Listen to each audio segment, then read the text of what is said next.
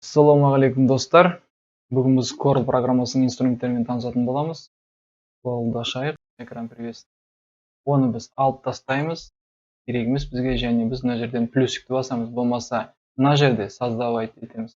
Ctrl-N комбинация клавиш. Ашылды. Бізде положение вертикальный және горизонтальный. Екі положение жұмыс. Ол бірінші мына жерде форматтар жазылады. Бірінші A0 деген формат. Соответственно, төмен қарай түсе береді. A1, A2, A3, A4 формат. По умолчанию A4 формат тұратын. Сіздер мына жерде инструментті өлшем бірліктер миллиметр келтіріп аласыз.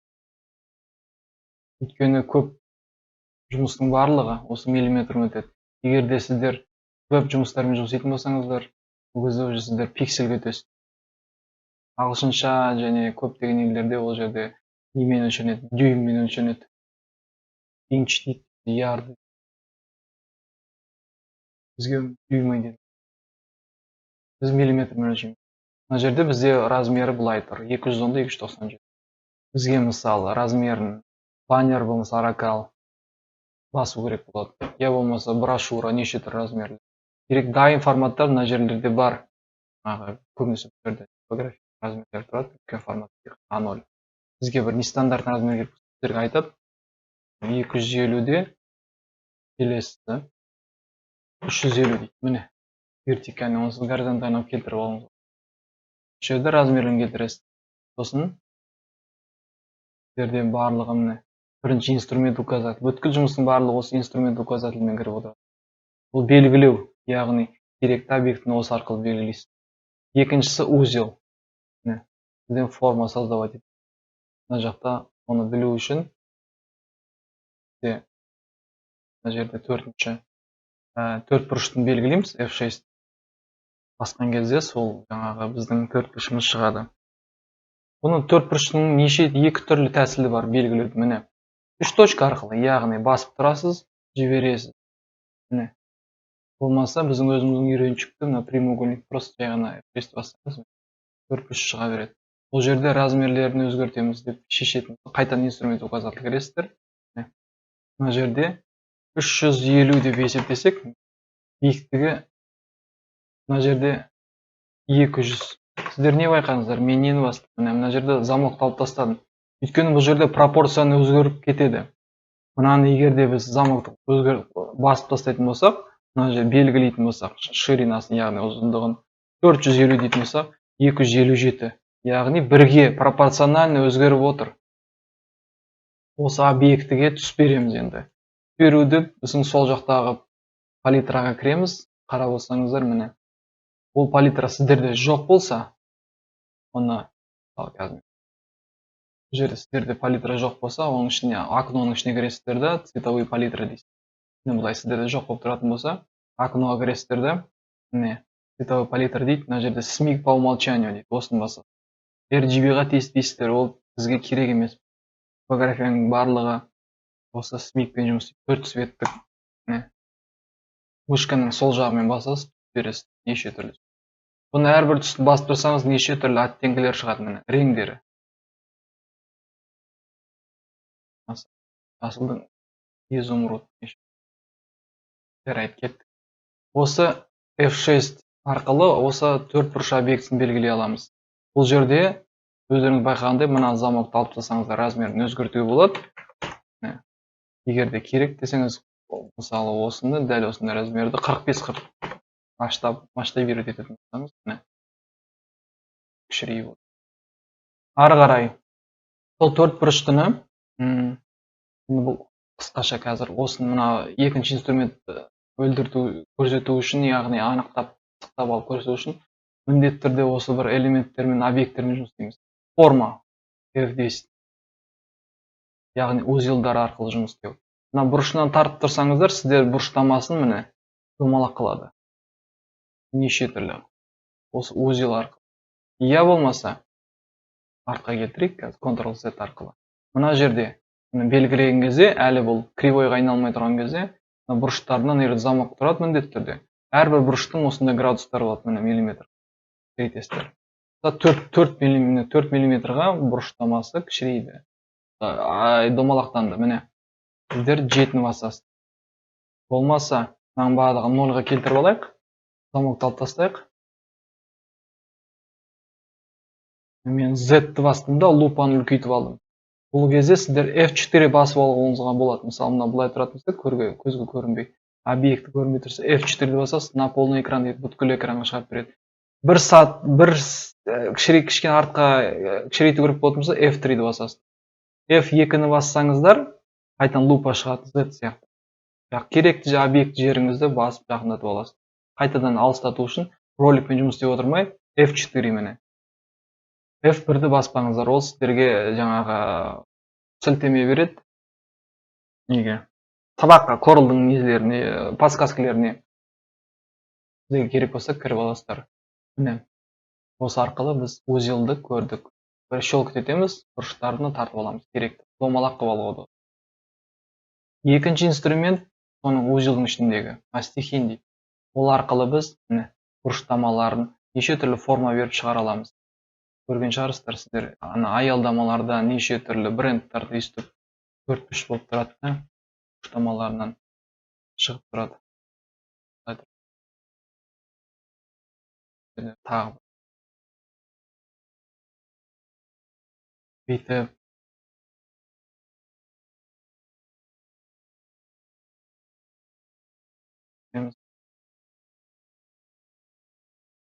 неше түрлі осылай шығып тұрады. Ері мысалы мастихин деген инструмент осы. Енді тағы бір объект салайық. Берейік қызыл. Воронка деп аталады. Воронка дегеніміз мына жерде размерін бересіз, 200-300 басып тұрасыз да, тартасыз. Айналдырып шығады керек жеріңізді. От жасаймын десеңіз, я болмаса мына жерде үлкенірек қылайық, мен 500 қылайын. Ол немен айналып керек. Басып тұрсаңыз, сізге спираль жасап береді.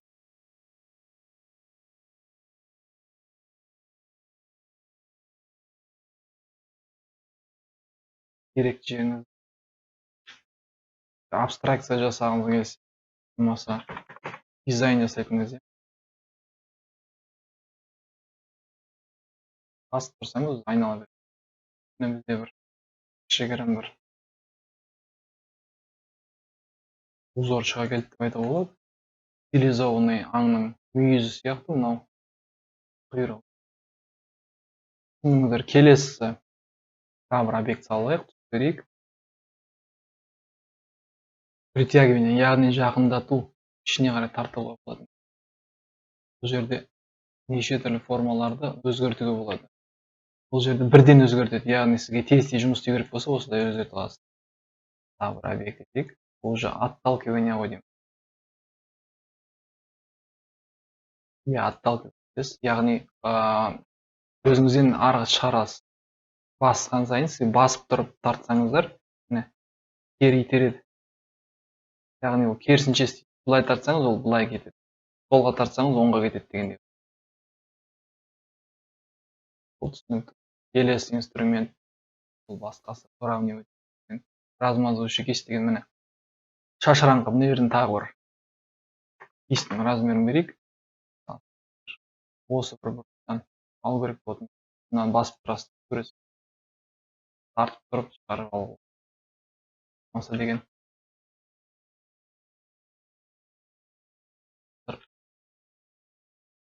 Бір жерде жазу керек.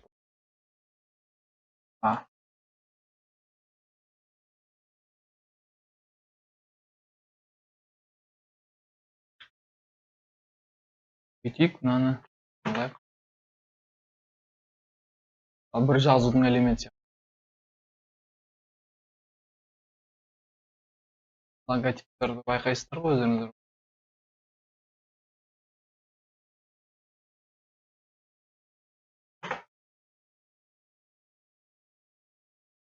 Яғни объектіден вырезать етіп алып бересіз. Бұл осындай инструмент. Келесі грубый кисть дейді, ол грубый кистіміз біздің былай. Бір объект алу.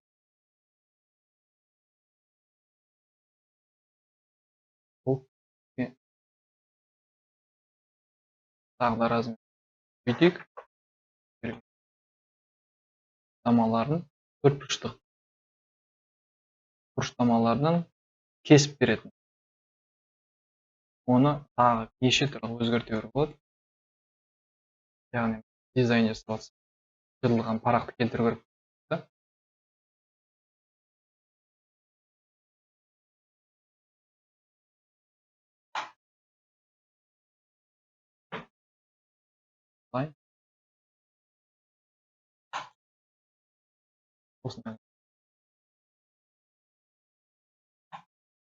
Бұл істеп жатқан іс-әрекеттің барлығын мен жеке-жеке тоқтап өтем. Бірақ қазірше сіздерге осы инструмент жайлы ғана көрсетіп отырмын. Яғни грубый кисть жайлы ғана. Осындай қай жерге қолдануға болады екенін жайлы. Яғни барлығын алыстатамыз. Баны үйреткендей. Бұл жерден объектілерді біріктіруді үйретіп кетейін, ақыр бірден бастап отыр екен. Мына шетке барлығын выделять етеміз де, бәрін белгілеген кезде бізде мына жақта үш төбесінен біріктіру деген шығады. Ctrl-G комбинация. Осыны басамыз. Болмаса бірден осы жерден басамыз. Сол кезде бізде әр біреуін бұрышынан тартып былай қарай шығарып алуға болады. Қазірше ол бір топтасып тұр. Келесі инструмент бізде кесу, обрезать нож, болмаса деген кроп деп аталады. Сурет алайын. Импорт.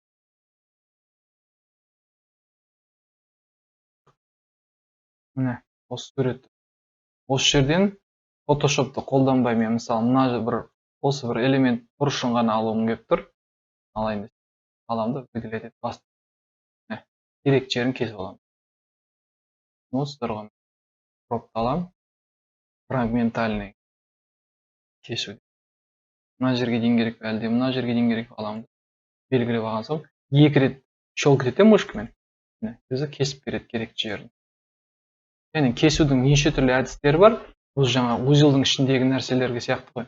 Болмаса дәл осындай осы суретті мынау инструмент узелдің бірінші формасына кіретін болсақ, бұл жерден бізде бүйтіп кесуімізге болады. Керек жерге екі точкасын былай белгілейміз, яғни жақындатамыз. Мынандай белгілейміз, жақындатамыз. Бұл жерде неше түрлі әдістері бар. Бізге жылдамырағы осы кроп болғандықтан осы инструментті біз соға қолдана аламыз. Керек пе былай? Екі рет щелк артқа қайтамын.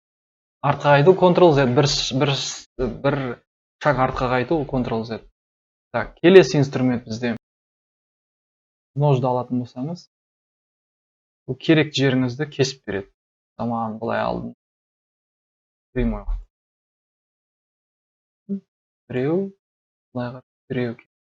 Енді қарайтын болсаңыздар, ана суретті басатын болсам, қызықша пайда болды. Бұл жеке-жеке кесіліп тұр. Көрдіңіздер ме? Бұл ана бір флайер, буклетница жасайтын кезде өте таптырмас инструмент деп ойлаймын. Әркім әрқалай қолданып шығар инструменттерін. Бірақ осындай кездерде міне былай қолданып жүре аласыз. Әрбіреуіне тоқталып өтіп жатыр. Осы үйлесімді қылып, пипетка деген инструментті бірден алып көрсетіп айтып өтейін. Ақыр сіз жұмыс барысында көрсетіп отқан соң. Пипеткамен керекті фотоңыздың бір жерінен, объектіңізден аласыз да, копировать етесіз. Сол арқылы сіздің дейді ғой, сочетание дейді. Сөздердің үйлесімділігін сол арқылы жасап алуға болады. Мына жерге текст жазасыз. Бұл жерге тағы да бірден атап өтейін. А деген нені иконка тұр ғой біздерде, осыны басамыз. Болмаса F8 деген клавиатураны бассақ, бізге А деген автоматически шығады, яғни текст жазуға бір рет басамыз, содан кейін керек текстін жазамыз. Land деп жазайық.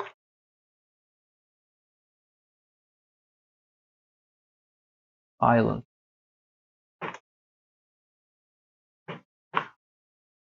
Арал деп қойық. Бұл жерде мен байқағаныңыздар, бұл жерде бірден жаңағы центровать етіп кетуді, яғни центра келтіруді үйретіп кетейін міне. Керек шрифтіміз басамыз, объектін басамыз, немен центровать етіп керек. Бұл кезде бізде міне выровнять распределить шығады. Бұл кезде вертикальная центровка, горизонтальная центровка дейді. Бұны істеп жасау болады. Болмаса горячий клавишамен екеуін белгілеген соң бізде С буква ағылшынша буква Е ровно по центру басады. және мен шеттен тартпаймын, мен бұрышынан тартамын, міне үлкейту үшін. Шетіне міне былай үлкейтіп жатырмын. Мен қайтадан центровать етіп жүрмес үшін былай, көрдіңіздер ме? С басуға болады әрине. Бірақ бірден shift ұстап отырсаңыздар, міне жан жаққа максимально үлкейеді, пропорционально үлкейеді. Тағы да пипеткамен бір тұтып алайық, шатырдағы. Мына жерге келтірейік. Үйлесімділікті осылай істеу. Иә болмаса, мына жерден темныйын аласыз. Шатырдың. Бұл жерде мысалға келтіріп жатқандарым, келесі инструмент удаление виртуального сегмента, яғни бізде міне қарап отыр.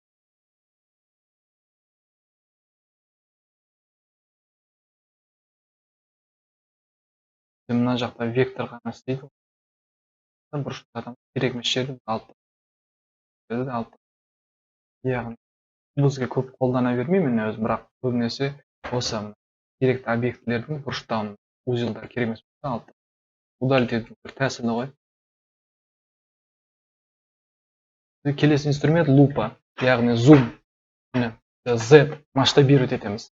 Керекті басып тұрамыз, мышкамен тартамыз, жібереміз, осылай шығады. Болмаса мышканың ролигімен әрі бері жұмыс істейсіздер. 10 деген барлығы біледі. Болмаса бағана айтып кеткенде F2 жақ басып тұрып лупаны тарас, F4 на весь экран, F3 тағы бір артқа, бір шаг артқа кішірейді. Осы клавиатурамен жұмыс істеген өте ыңғайлы болады деймін, горячий клавиштармен.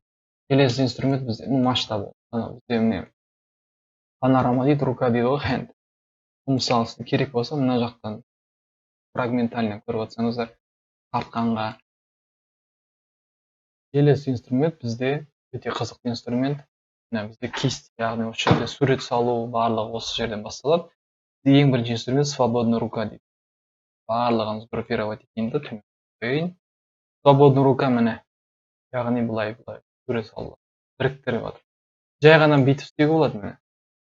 Жақта оның қалыңдығын бере аламыз, линияның елулік. Және осы линияға деген байқап отырсаңыздар, F12 міне. Ровный барлық талшына. F12-ні бассаңыздар, міне бізде бұның параметрлар шығады. Мына бұрыштамаларын домалақ қылу, яғни бұрыштарын, мына бұрыштарын. Окей деп бассақ, көрдіңіздер ме? Не байқадыңыздар? Артқа бір шаг жасайын, міне. Бассаңыздар домалақ болады, міне. Тағы. Мына бұрыштамалар. Мына жерде білмейді, 4 бұрыш болғанда. Және мына жерде бізде 4 бұрышты болып тұр, яғни кистінің түрі. Бұның біз қысып, шетке тартып көрейік. Не болады? Міне, көрдіңіздер ме? Кәдімгі кистімен бояғанда бүйтіп жуандап келеді, жіңішке. Бұл лента салғандарға өте табылмас инструмент деп айта аламын, міне. Тез сала салатын. Бұның да түсін беруге болады, яғни міне спаритор агрессор, неше түрлі түстер. Бұл бір. Яғни енді бұл жай линия. Енді біз объектін жасау үшін бұны біріктіреміз, яғни бір нүктеден екінші нүктеге біріктіреміз. Біріккен соң оған түс береміз. Яғни мышкамен сол жағын келеміз, палитраға барып басамыз. Бірақ ол жай ғана былай басып тастау болмайды, белгіленбей жатып. Осы сұрап тұрады, мен қазір келесі инструменттің бәрін по умолчанию берейін бе деп. Бізге керек емес ол. Біз тек белгілейміз керекті объект, содан кейін ғана белгілейміз, түс береміз. Бұл түсінікті болды. Келесі инструмент бізде. Бұл свободный руканың бір жақсы жері, мысалы сіз тек қана бүйтеміз, басып тұрып, міне, беріп shift ұстап отырсаңыздар, ол бір ровный линия сызып бере алады. Және бір узелдің біткен жерінен аяқтайсыздар. Олсыз ол жүрмейді. Жай ғана сіздер былай біріктірсеңіздер, былай біріктірсеңіздер, ол екеуі екі бөлек болып қалады. Оны қайттан былай екеуін біріктіргенге белгілеген соң ғана барып біріктіре аласыздар. Ол кезде бізде мына жоғары жақта инструменттер шығады. Біріктіру, объединить. Екеуін бассаңыздар, енді бұл біріктіреді. Бірақ түс боялмайды. Түс бояу үшін мына полный барлығы замкнутый болу керек. Мына узелда мен мынаған апарам. Міне мынадан мынаған апарам. Енді түс беріп көрейік. Міне боялды. Бұл кеттік, келесі. Келесі инструмент бізде прямая через две точки. Екі нүкте арқылы сызу. Басып тұрасыздар. Кез келген жерде бізге сызып бере алады. Бұл жылдам сызып арналған, мысалы. Тез сурет салу керек болды. Штрих болмаса суретті отрисовка салатын керек жеріңіз. Әрбір бір бастаған жерден қай жерден бастаңыздар өздеріңіз білесіздер да. Мысалы жаңағы свободный рукада тек қана біткен жерден бастайтын болсаңыздар, мен көрсетіп жатқандай. Бұл жерде сіздер былай бастасаңыздар, былай мына жақтан бастасаңыздар да, былай бастап, мына жақтан бастасаңыздар да бірігетін. Бояла береді. Сонысымен айырма. Үшіншісі безие кривая. Бұл былайша айтқанда тігіп шығуға болады деп айтылады. Көбінесе бір щелчокпен керек жеріңізге апарып біріктіре аласыз. Бұл жерде фотошоптың лассосына ұқсайды. Мына бір сурет керек болатын болса, осындай геометрический фигуралар болсын, басасыз.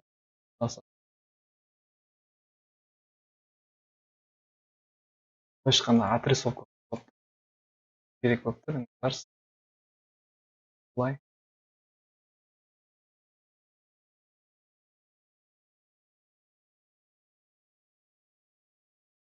Бірігіп шықты ғой. Беріп тексеріп аласыз. Берілсе, яғни бірікті деген сөз. Енді біз бағанағы үйренгендей, мына керек затымыздан басып тұрамыз да, shift басып тұрып, осы фотоға толық етеміз. Бұл кезде бізде екеуінің біріккен жерінен шығарып беретін не деген бар? Екеуінің біріккен жерінен пересечение дейді. Міне осы инструментті бассақ, қарап алсаңыз, міне белгілеп шығарып берді, кесіп берді деп айтуға болады. Міне сізге былай шыққан. Мынаны сізге кесіп берді. Көрдіңіздер ме? Бұл енді бұл грубый отрисовка ретінде. Бұны басқа инструменттермен қолдануға, тек безиемен қолданып жатқан себебі, мұнда ровный керекті объектілермен қолдануға болады. Үшіншісі перо дейді. Ең қызықты инструменттердің бірі деп айтуға. Біз деген келесі әдемілеп алып шығу. Бір отрисовать еткіңіз келсе, узор болмаса.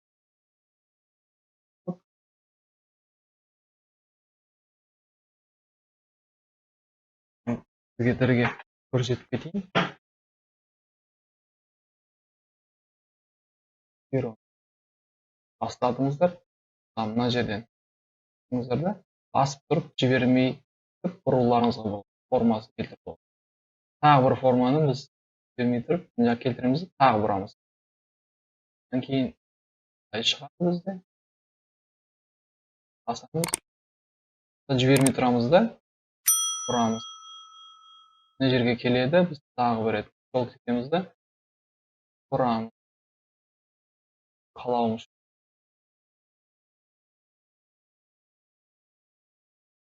Біріктіреміз. Болды. Енді бұны керек емес айтпақшы, бұл жерден узелдардың ішінде айтып кететін нәрселер, міне осы объектілері тұратын болса, қырына әкелесіздер да реброс. Екі рет шолт етсеңіз, нүкте добавить. Болмаса, бұнан басасыз да, мына жерде добавить точка дейді. Плюс пен минус тұрады. Плюс бассаңыз нүкте қойып береді. Ол нүкте арқылы сіздер былай. Көрдіңіздер ме? Жылжыта аласыздар, өзгерте аласыздар формуланы барлығы. Болмаса, мынау сізге артық болып тұр, плавный переход болатын болса, керек болатын болса, бұны аласыз да сіз. Мына жерден минусты басасыз. Тағы да көтересіз. Болды. Былай плавный переход.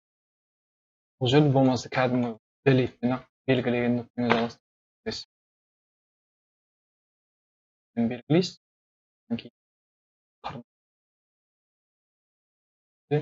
Нүкте арқылы узел арқылы неше түрлі формаларды үш түрлі бұрыштама нүктеліктер бар. Бұлай дейді ғой. Мынаны біз біріншісі острый қыла аламыз. Үшбұрыштағы перегиб. Біріктірсек, мына қырлы қыла аламыз. Көрдіңіз бе? Бұрышын шығарған. Болмаса осы жерде плавный полный дуга келтіріп. Қазір біз болмал жер. Үшіншісі былай. Яғни мынаны біріктірсек, астыңғы узел екі жаққа бірдей жұмыс. келесі инструмент бізде spline. Spline'ды бәріміз білмесеңіздер тағы керек жеріңізге алып отрисовать етесіз, басып тұрасыз да жібересіз. Басып тұрасыз. Керек келе.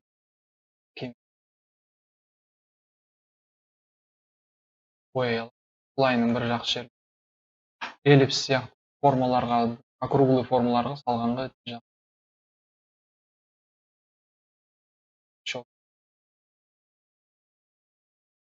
Хоп.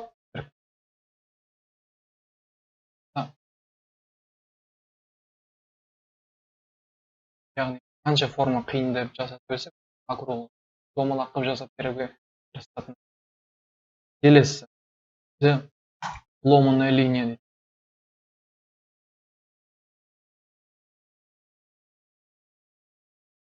Сынық сызық деп айта алмаймын.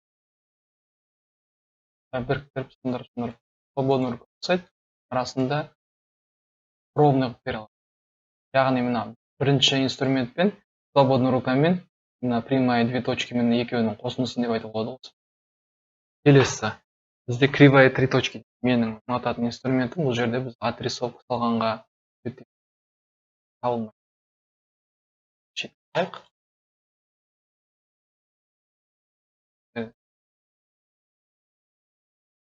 Мына бұрыштан бастаймыз да, басып тұрып, қолданады. Лайынға да ұқсайды.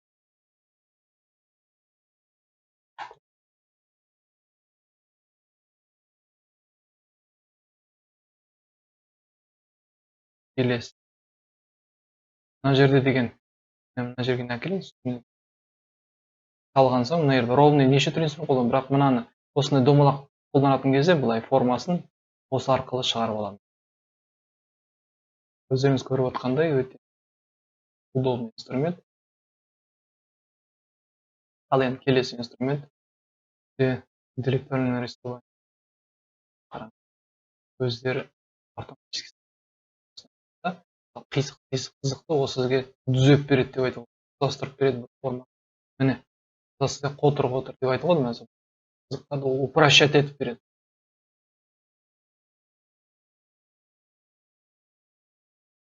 Мына жерлердегі көріп отқаныңыз. Міне, қызықты, плавный.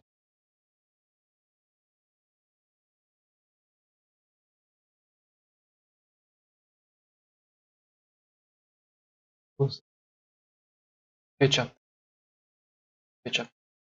Сурет салсақ.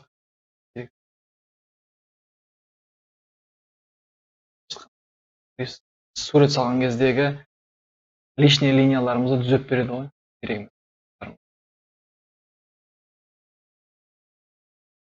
Келесі инструмент бізде каллиграфия. Басқан кезде бізде төбесінде пункт шығады. Келесі.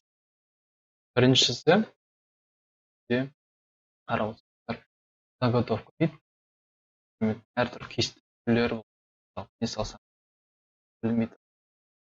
Етейін. 100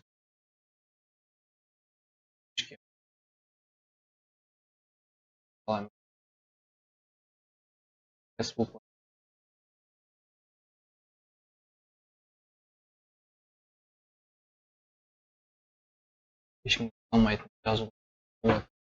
Мына жерде кесте өтетін сол бір S әрпі, бірақ сол бір P әрпі. График. Келесі инструмент. Мына жерде неше түрлі біріншінің кестінің түрлерімен ойнап шығуға болады. Өздеріңіз көресіздер. Екінші инструмент бізде кест. Жерде дайын заготовка бар. Кест. Жерде өте маған ұнайтын инструмент. Жерде сурет салу. Логотиптерден жасалып, неден жасалып. Текст алсақ, неден жасалып. Допустим, алып алайық.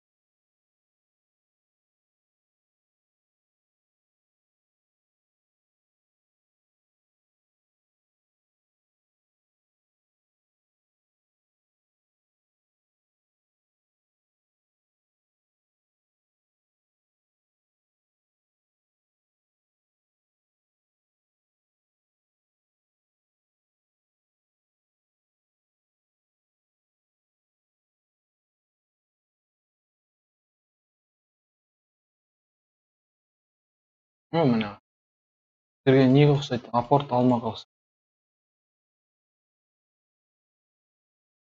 узелдің бір жақсы қимылдады. Әрбір деген формамызды идеальный добавлять етейік, екі рет шолып кетеді форма. Грубый болмасын. Мынаны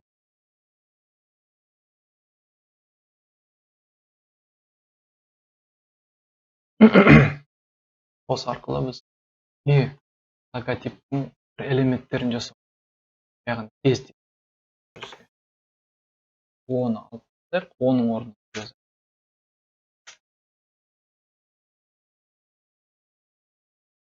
Күшейтейік.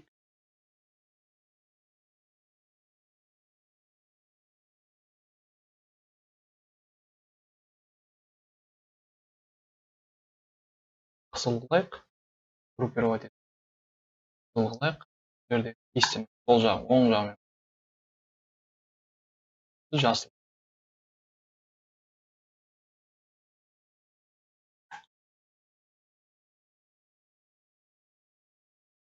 Келесі инструмент бізде распылитель. Мына бізде мынаның ішінде неше түрлі нелер бар? Кестелер. Бір-біріне тоқтап кеттім. Спрейдің ішіне кірсеңіздер, мына там бізде клипарт дейді ғой, клипарт таппай жатсаңыздар, осы табылмас. Мысалы, инструмент деп айтуға болады. Еда дейді. Мына жерде бізде неше түрлі неміс көкөністердің барлық форма түрлері бар. Аламыз.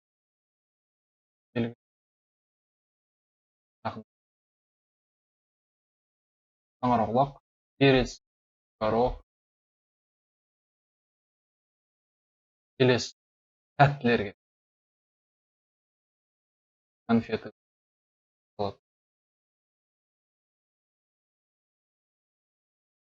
Кекс. Корон. Уже жеміс жидектер кетті. Лимон, киви. Мына жерде қарап отырсаңыз барлығы бар дайын. Печенье, вафлиға дейін бар. Еда. Оның ішінде неше түрлі бар. Қарап отырсаңыз отпечаток, мозаика, музыка. Бәрін кірсеңіздер, міне музыкалық инструменттердің түрлері бар. Саксофон, скрипка. Мынаған келесі бізде каллиграфия. Инструмент. Бізге тез жазу керек болатын болса, біз шрифт таңдап отырмаймыз. Бір необычный жасау керек. Аламыз, жазып. Шрифт бүйтейік. Алып шығып.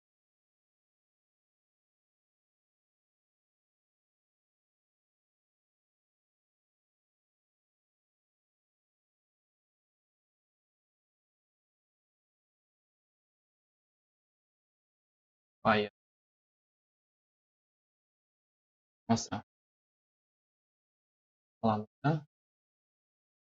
Сол жазамыз. Сердечко салатын. Бұл жерде градустарын өзгертуге болады. 90 градус. Тура шығады.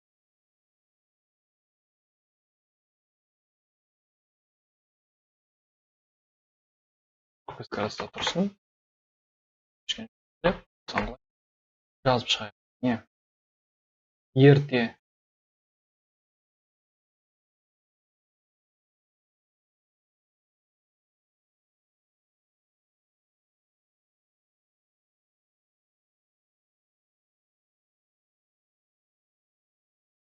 Ертегі.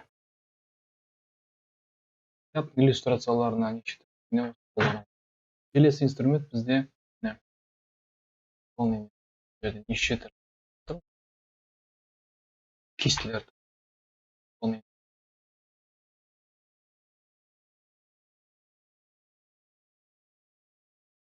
Примитивный дейді ғой.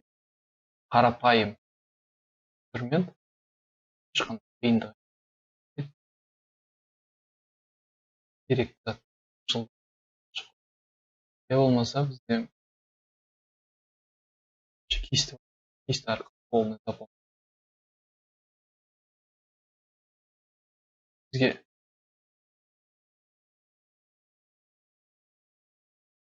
Открытка, конверс. Келесі инструмент бізде төрт прямоугольник. Жаңа айтып қайталап өтейін. Біздерде мысалы төртбұрыштың шығарудың екі тәсілі, екі түрі. Біреусі мысалы обычный F6 басқан кезде шығаратын. Тік төртбұрыш жасау үшін бірден контролды басып отырсаңыздар, төртбұрышы бірдей болады. Және келесі инструмент үш точка арқылы төртбұрыш шығару. Біреу,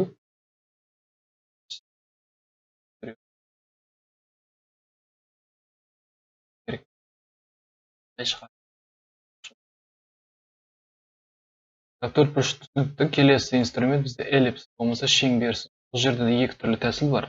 Бұл жерде F7, яғни сол клавиатурадағы F7-ді басқанда шығатын. Және быстрый доступ бізде. Группты Shift басып отырып, кішірейтіп копировать етеміз.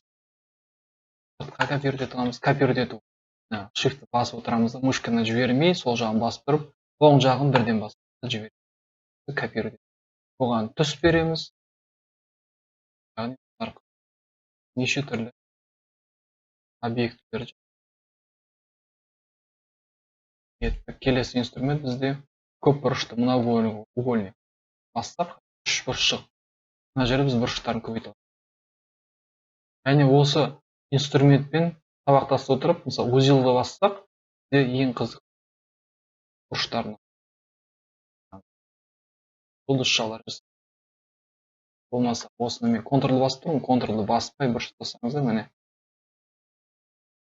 симметрический формула пайда болады. Көп бұрышты инструментіне енді жұлдызша. Жұлдызды бассақ, бұл жерде де бұрыштамаларын неше түрлі бұрыш. 5 бұрыш жасап. Белгілі. Мына жерде градус. Бұлында жуандық. Жіңішке. Орденнің жұлдызы.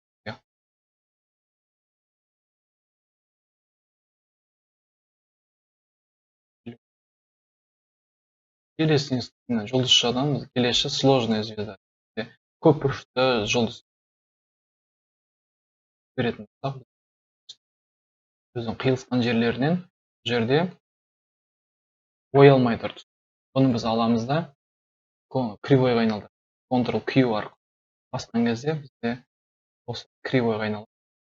Одан кейін Ctrl-K-ны бассақ, разъединить екіншіне кіресіздерді, разъединить кривая дейді.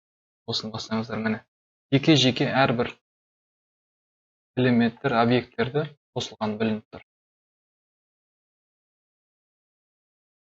Бірден біріктіріп берді. Келесі разлинованная бумага. Бізде осыны таңдайтын болсақ инструмент, бұл жерде біз міне сетка шығады. Сетканы біз неше түрлі бірден бөліп аламыз. Келесі 4-4. Яғни біз пост Инстаграмға салатын болатын кезде бірден бөліп тастауға. Яғни әрбір сегмент бөліп форма керек. Кривойға айналдырады. Ctrl-Q арқылы. Барлығы группированный төртбұрыштылар болып шығады.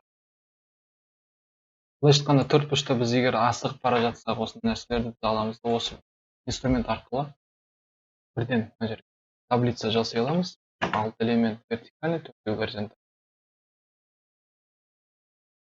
Керек болса.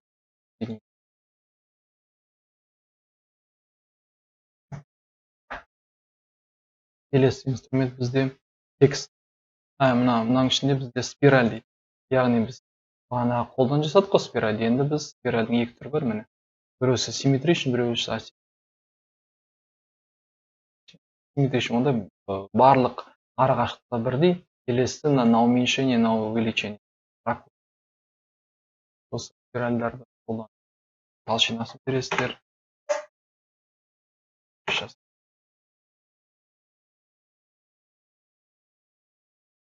Беруге болады бұған. Келесі основной фигура, дайын формулар, дайын фигуралар. мына жерде біз осыны басқан кезде төбесінің жерде шығады уже дайын правильный. Қарап отырсаңыздар неше түрлі дайын формулар бар. Смайликқа дейін бар. Міне. Смайлик басып бояйсыз. Болмаса басып тұрыңыздар, мына жерде неше трапеция.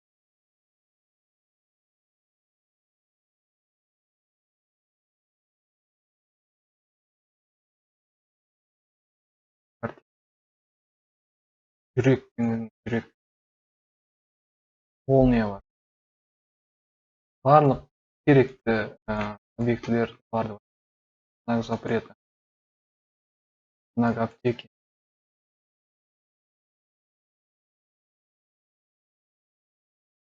Барлығы.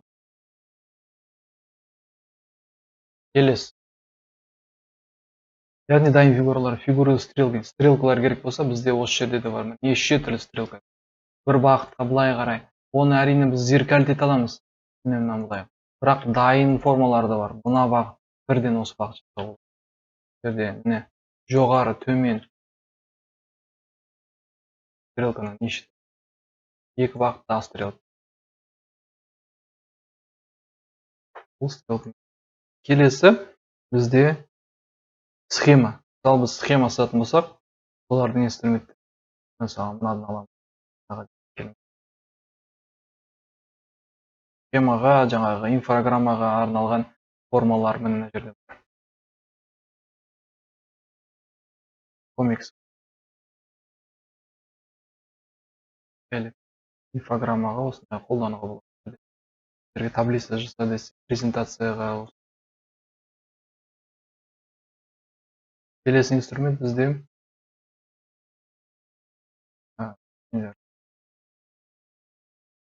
флажоктар. Керек. Неше түрлі бағытта бар. Жоғары, онда төмен қараған, мынау жоғарғысы бар. Флажок. Бұны да жаңағы дизайнға қолдануға болады, болмаса презентацияларға, неше түрлі виньеткалар қолдануға болады. Келесі инструмент бізде выноска дейді. Комикс жасаған кезде, болмаса ертегілер, иллюстрация жасаған кезде адам сөйлегенін естіп шығарып береді ғой. Бұл 4 бұрышты выноска, 3 бұрышты домалақ деген бар. Яғни бұл сияқтылар. Яғни бұл ойды білдірді. Анау айтқанды білдірсе, мынау не ойлағанды білдіреді. Комиксті білесіздер ме?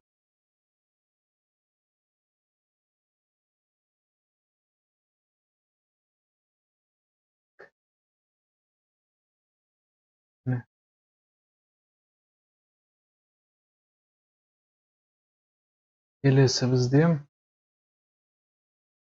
текст. Текстті сізде міне бұл жерде текст деген таблица. Барлығын нет кетпеу үшін шетке апарамын текст. Бір рет басасыздар. Бір әріп жазыңыздар. А буквасын жазыңыздар. Мына жерде шрифт көбейтесіздер. 150 жасаңыз. Жақындатаңыздар буквамен. Кішкентай. Мынау А әрпі. Үлкен әріп, кіші әрпі. Әріп білесіздер, шрифтті басып отырып үлкейтесіздер. Мысалы, жаңағы сөз жазайықшы, апортқа жабыстырсақ па. Осы жазған соң қайтадан инструмент указателі кіресіздер. Бір рет мысалы, бүйтіп жазылғаннан бар, инструмент указателі кіресіздер, бір рет шол кетесіздер. Болмаса кені выделять етесіздер, текстқа кіресіздер. Төбесіндегі текстқа кірсеңіздер, бұл жерде регистр деген нәрсе бар. Регистр деген нәрсе кірсеңіздер, міне. Осыны біз бүткіл барлығы заглавныймен жазып береді, міне. Тағы бір түрлері бар регистр. Барлығын нижниймен, яғни барлығын кішкентаймен жазып. Енді текстқа кіріп тағы бір түрін қараңыз. Мысалы, екі сөзден құралатын болса, апорт, мысалы, не, мол деп жазылатын болса, мұны қазір неге келтіріп қояйық, қайтадан үлкен регистрға. Барлық үлкен заглавныймен жазылып тұратын болса, біз апортты А-ны үлкен және М-ны үлкен қылып жазатын келсек, осы аламыз да, міне. Заглавный ең бірінші. Міне. Үшіншісі бізде керісінше жасайды. Яғни біріншісін кішкентай қылып жасайды, келесі әріптерді үлкен қылады. Бұл түсінікті болды. Енді біз Ctrl-Z артқа келтірейік. Енді шрифттің оларды білесіздер. Жирный, курсивный, подчеркнутый, неше түрлі шрифт таңдайсыздар. Мына жақта. Неше түрлі шрифт таңдауға болады. шрифтті көшіріп аласыздар. Және бұны сіздер жұмыс істеп болған соң әрбір шрифтті жұмысқа берер кезде кривой деген айналдыру деген нәрсе бар, яғни объектіге. Бұны басқа жаққа апарсаңыздар, басқа адамның компьютерінде шрифт болмай қалып, ашпай қалса, ол мысалы сіздерге қайтадан адамдар звондап қайтадан жібер деп отпас үшін бірден сіздер екі версияда, біреусін текстовой, екіншісін кривой версияда сохранить етіп жібересіз. Оны мысалы Ctrl-Q арқылы бассаңыздар, міне текст тұр ғой, мысалы боялды. Текст болып тұр, мысалы біз өзгерте аламыз. Енді біз кривой айналдырсақ, өзгерте алмаймыз. Объект айналды, мынандай бағанағы сияқты. Осы арқылы сохранить етіп, кривой деп жазып жібересіз. Келесі инструмент, жаңағы A деген инструмент белгіленген кезде бізде жеке жазып үйрендік. Енді біз A-ның ішіне міне басып тұрамыз да, конверттің ішіне жазып не дейік, буфердің. Бұның ішінде не түрлі мысалы. Бір рет басасыздар да, ішінде неше түрлі текст бар бізде. Осы текстті аламыз да. Қалай созатын болсақ.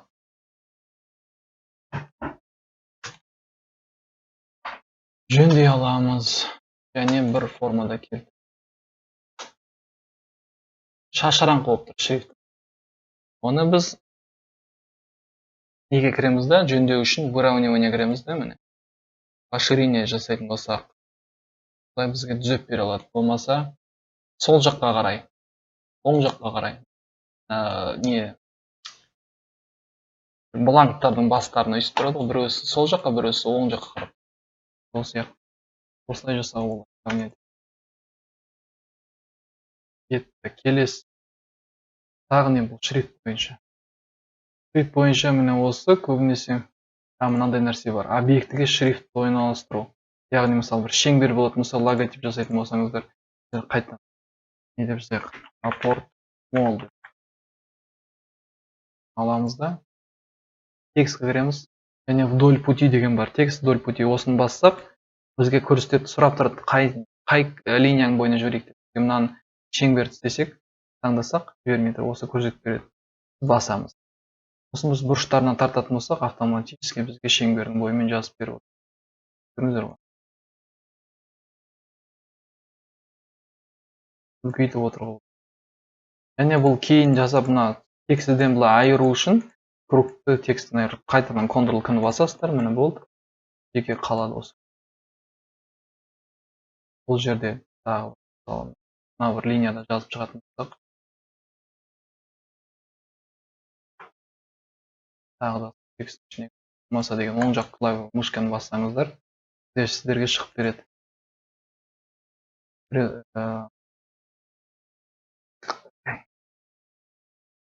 Текст вдоль пути деген мысалы алып келесіздер да, мына шрифт оң жағымен басып тұрасыздар да, кривой неге сызықтың бойына әкелсеңіздер, сіздерге шығып береді. Текст вдоль кривой дейді. Осыны бассаңыздар, міне сіздерге жасап. Болмаса жаңағы үйренген тәсіл бойынша кіресіздер да, тексттің ішіне. Текст вдоль пути. Жерге келтірсеңіздер, қалаған жеріңізге қоя алады. Келесі инструмент таблица. Таблица дегеніміз былай. Яғни біз бірдеңе жазғымыз келсе, текстовый таблица. Ішіне кіреміз.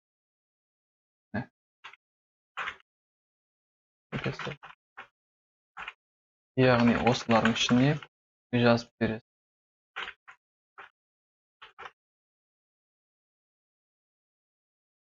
Ішінен бөлген кезде бірден текст жаза беру. Презентация сондайларға арналған. Оны мен көп қолданбаймын да екен. Енді бізге размерлерді белгілеу. Мысалы, мынау апорт деп шықты, біздің размерін берейік, биіктігін бір 50 сантиметр берейік, 500 миллиметр. Енді осының сіздерге айтады, размерін жазып толық жіберіңіздер, 400. Артық копейкаларын алып тастайық. Енді біз келесі инструмент бізде размерлерін шығарып беру, параллельный размер. Аламыз. Биіктігін табу үшін біз мына жерден направляющийді аламыз. Жоғары жақтан алып белгілейміз. бізге оңай болды. Және бізге привязательді басамыз к направляющим. Енді біз аламыз да мынаны биіктігінен аламыз. Жібере направляющий бойынан өлшеп береді. Бізге көрініп тұрған жоқ ештеңе, кішкентай болып тұр. Көрініп тұрған. Ол үшін біз аламыз да мынаны үлкейтеміз. Шрифт 200.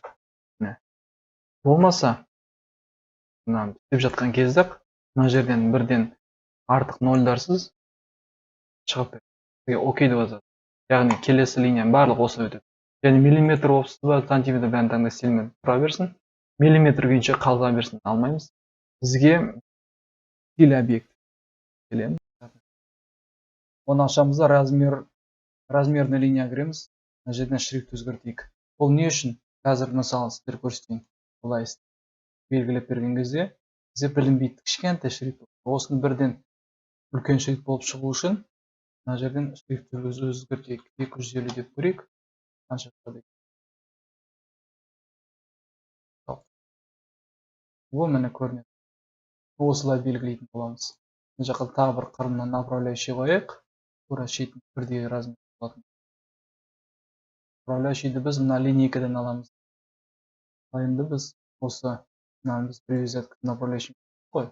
Сол арқылы мынадан аламыз да, контролды басып тұрып көтереміз.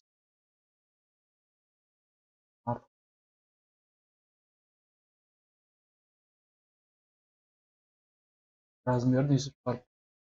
Олар бірінші түрі. Размер шығарудың неше түрлері бар міне. Бірден, допустим, мына бір размердің екі размер беретін. Горизонтальный, вертикальный. Бірден былай.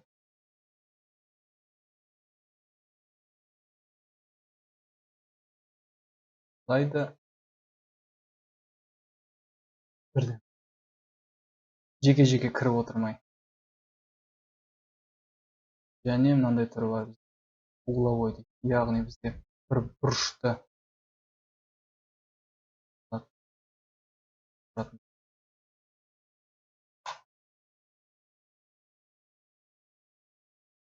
айтады.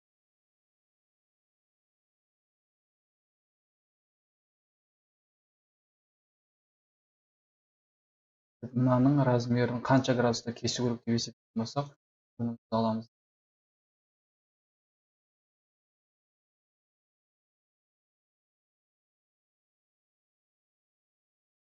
Осы размер направляющий қоясыз.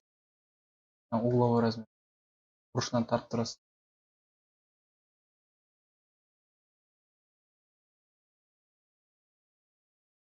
Бұрыштан тартып тұрасыз. Басып.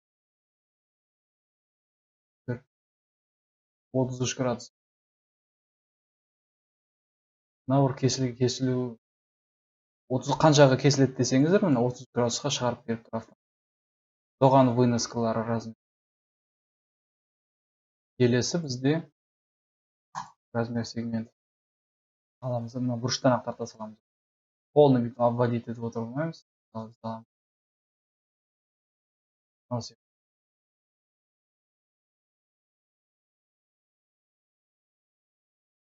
Байқағандарыңыздай, ол бір объектінің дұрыс ровный объект болмаса, ол шығармайды. Егер де бір ровный болса, бірден шығарып. Егер де мына жерде осы биіктікті белгілейік, осыдан шығаратын болсақ, біз бұрыштан тартсақ шығарып береді. Егер де былай тартатын болсақ, кривойдан шығармайды, тек қана ровныйдан шығарып береді. Ал енді келесі инструмент сол прямая соединительная линия дейді, ол бізге мыналардың барлығын біріктіру ретінде арналған инструмент. Бұл жағын көп тоқтатудың қажеті жоқ. Біріктіріп беретін осылардың немен екі объектіні біріктіру керек болатын сол үшін арналған.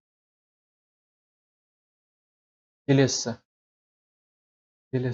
шетке алайық. Келесін көрсету үшін міне көлеңке тең деп аталады, интерактивный. Оны теңді таңдайсыздар да, бірден белгілеген кезде мынандай шығады бұрышта бізде. Түрлері, яғни міне сол жақтан, астынан, оң жақ, жоғары жақтан барлығын жазып беріп тұр. Біз кез келген бір түрін таңдайық та, басып тартайық. Керекті объектіні басамыз да, сосын тартамыз да, жібере саламыз. бізге шығарып береді көлеңкенің түрін. Мен размері үлкен болған соң барып қойдым, ойланып. Міне бізге шығарып берді. Осындай оң жақта тұр. Келесін түрін таңсақ, ол былайша қарым қарсы бағытта шығарып береді. Бұл жерде неше түрлі көлеңкенің бағытын таңдауға болады. Міне мынандай бағыт.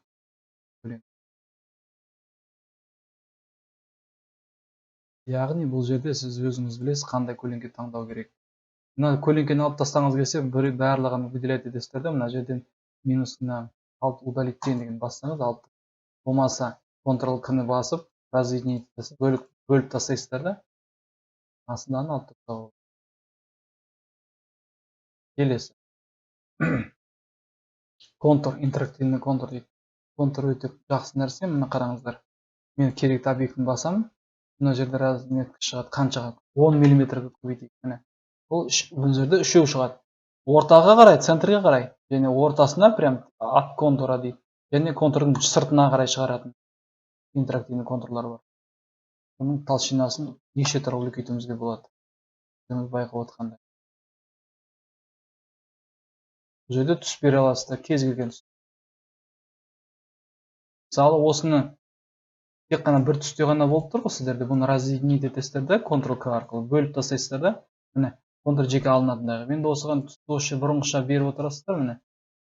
Және оған перетекание беруге болады. Жеке объект ретінде уже ол өзгертілуге болады. Міне, қараңыз. Өзгертіледі.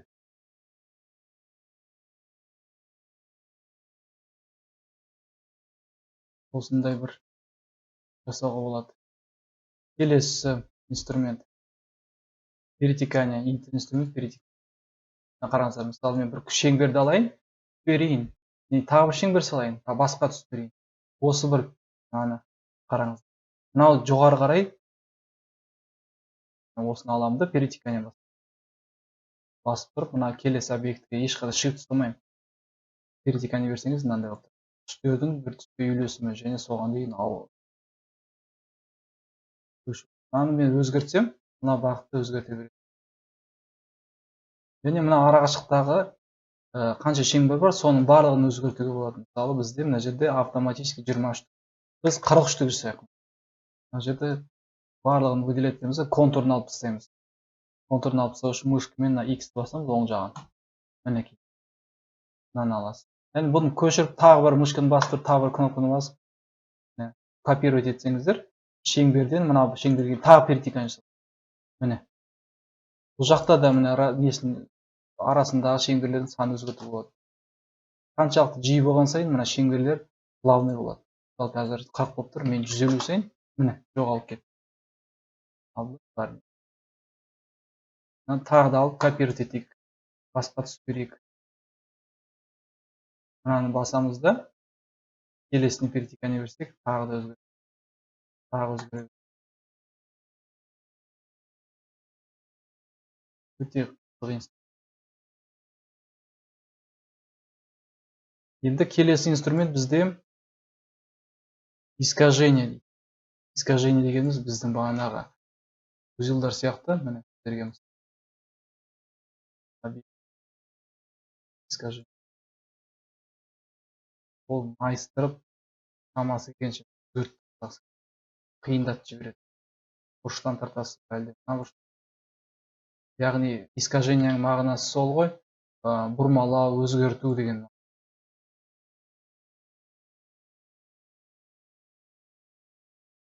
Келесі инструмент бізде оболочка. Оболочка деген инструмент жақсы инструмент. Мысалы, қараңыздар.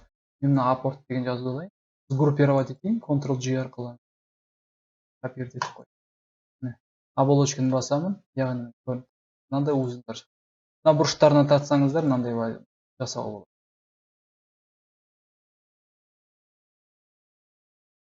Мынаны ортасына алып тастауға болады. Добавлять етуге болады, міне былай.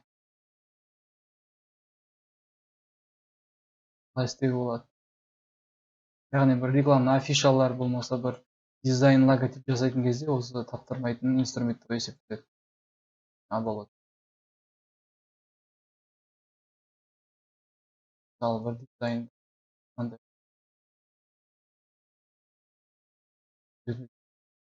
Шеңбер арқылы.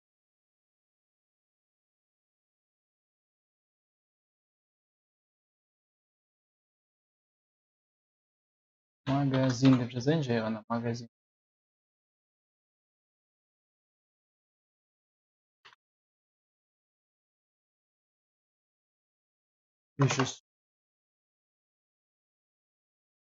Өзгертейік, кривойға айналдырайық бірден. Аламын да үлкейтемін. Жаңа оболочка салайық.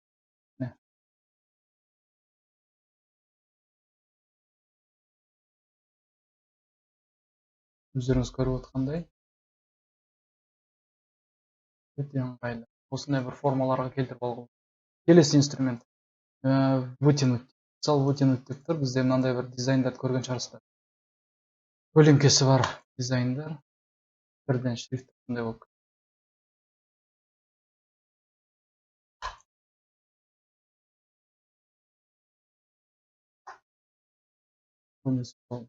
Веб-страница арналған. Қазір новый программаның арналған.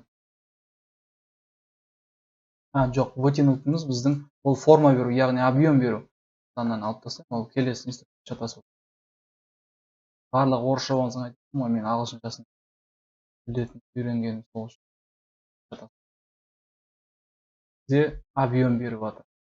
Мына жерде түсін форма несінің борттың түсін өзгерту арқылы ғана байқай аламыз. Мына жерде 20 дейді. Біз аламыз да бұны 7-ге кішірейтейік. Енді көріне бастады. Мысалы бір дизайн жасаған кезде вывесканың осындай жасау болады. Болмаса жай ғана флайер ретінде 3D эффект бергіміз келсе, осындай жасау. Мынаның борттың түсін неше түрлі түске өзгертуге болады. Қызыл қылып жасайық. Көк қылып жасайық. Өздеріңіз қалауларыңыз деді ғой. Қандай жасайық.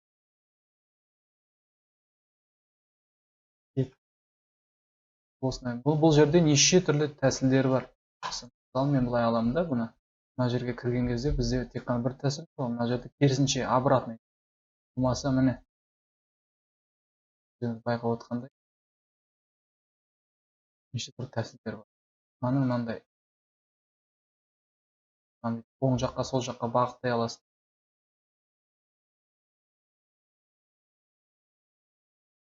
Келесі инструмент.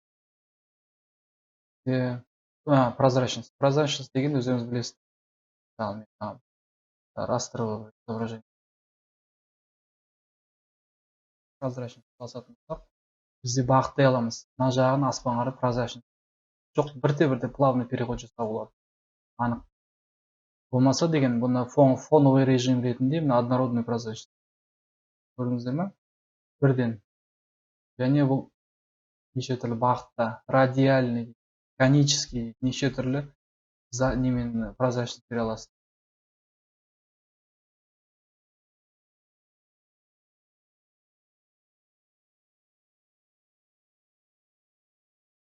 Егердің прозрачность алып тастайтын болсақ, мынандай сурет қой. Бірақ біз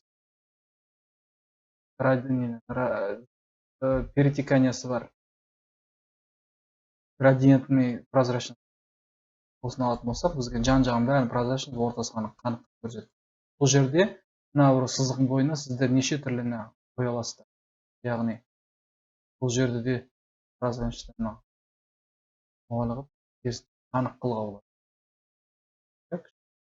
Мына жерде қанық. Керемет қой.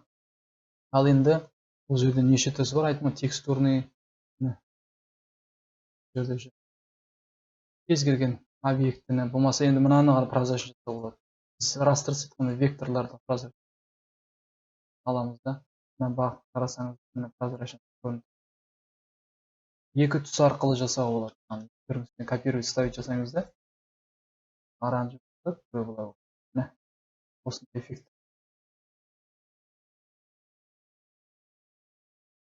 Келесі. Пипетка. Пипетканы бағана айтып өткендей сіздерге. Кез келген объектіден бір түсті аламыз да, фонға қойып тастай аламыз. Пипетка атрибут болмаса міне, мына түсті бердім. Дәл осындай түсті контурын мысалымен. Осыны сары қылдым. Бір шеңбер салдым, дәл осындай жасағым келіп тұр. Барлығын көшіріп отқанша мен басып тұрамын, полный атрибутты көшіріп алуға болады. копировать етесіз де, былай сталит етсеңіз көрдіңіздер ме? Түсін, контурын барлығын көшіріп береді сіздерге. Келесісі интерактивная заливка дейді. Бізде бұл түс беру. Түс берудің перетекания, түстердің түстерге ауысуы ғой. Басып тұрмын да, былай тартатын болсам, бұл градиентный заливка. Однородный заливка міне өзі былай бір түсте. Мынау градиентный заливка, яғни бірте-бірте не болу, түстердің үйлесуі, ауысуы. Мына жақта кез келген түске ауыстыра аламыз. Енді осы сызықтың бойына біз 2 рет шолкт ете отырып, түстерді қоя аламыз. Тағы бір рет басайық, мына жерден өзгерте аламыз. Кете береді. Енді осыны бұл линейный градиент деп аталады. Енді біз бұны радиальный жасайық. Яғни шеңбер ретінде. Міне, бұны аламыз да, мына жақтан тартып отырып, мышканы оң жағымен. Жаңа айтқанда копировать все свойствоны жасайық. Біздің бағана пипетка атрибутов деген сол ғой. Аламыз да, көшірдік. Болмаса мен аламын да, мынаны таза бір шеңбер салғым келеді, шарик ретінде. Мына заливканы алсам, мына заттардың бәрін алып тастаймын. Мынаның ішін көкшіл қыламын, сыртын темный қыламын. Міне.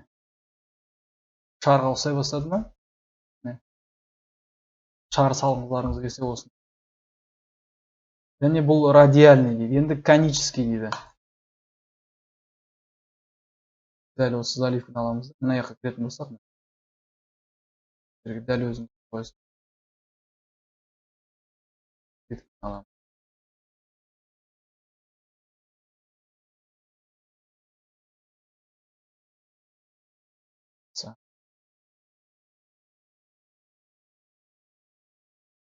Мысалы, тері түсті белгілеріңіз, металл жасағыларыңыз келсе, осыны аласыздар да, бәрін кетір. Басып тұрып, тартып тұрасыздар ғой.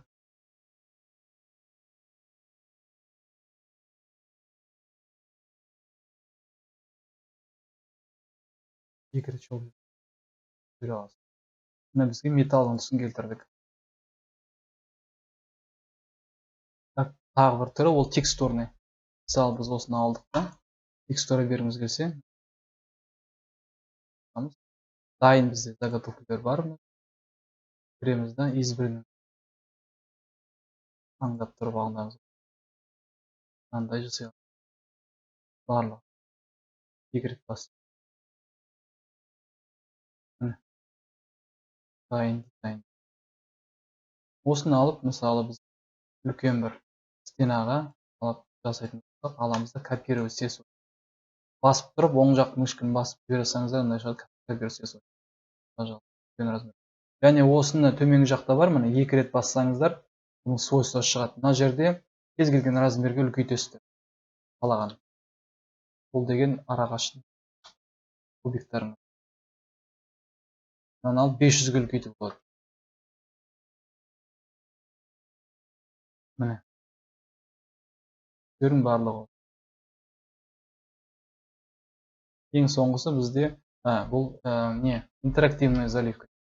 Мысалы қайдамыз? Апорт. Мынаны алсақ. Аласыздар да, мысалы, мына бір аралық жалпы сап бояғыңыз келсе, мынаны аласыздар просто. Осы мынаны аласыз. Осы барлығымен қосып, мынаны алу керек болды ма? Болмаса, міне, бағана болды ғой. Мыналардың барлығын бірдей алып шыққыңыз келсе, жеке-жеке салып отырмай, бұны мынаған кіресіз. Міне, интерактивті басып шығасыз. Осылай выделять етіп аламыз. Жоғары аламызды біріктіре саламыз.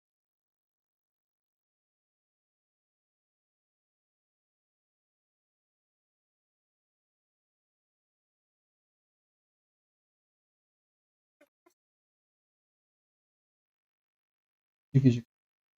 Яғни бізге бір элемент бұрышы ғана керек болса, болмаса мына бұрышы ғана керек болса, сол заливканы интерактивті аламыз. Керек жерін ғана выделять еттік, бізге полностью соны салып отыр. Қайтады. әрбір инструментке мен жеке тоқталып сабақ өтетін боламын құдай қаласа. Бұл әрбір инструментке қысқаша бір тоқталып өткенім, яғни бір общий обзор дейді. Интерфейс. Сіздерге пайдасы тисе лайк басыңыздар, каналға тіркеліңіздер. Осымен сабақ бітті. Көңіл бөлгендеріңізге рахмет. Сау болыңыздар.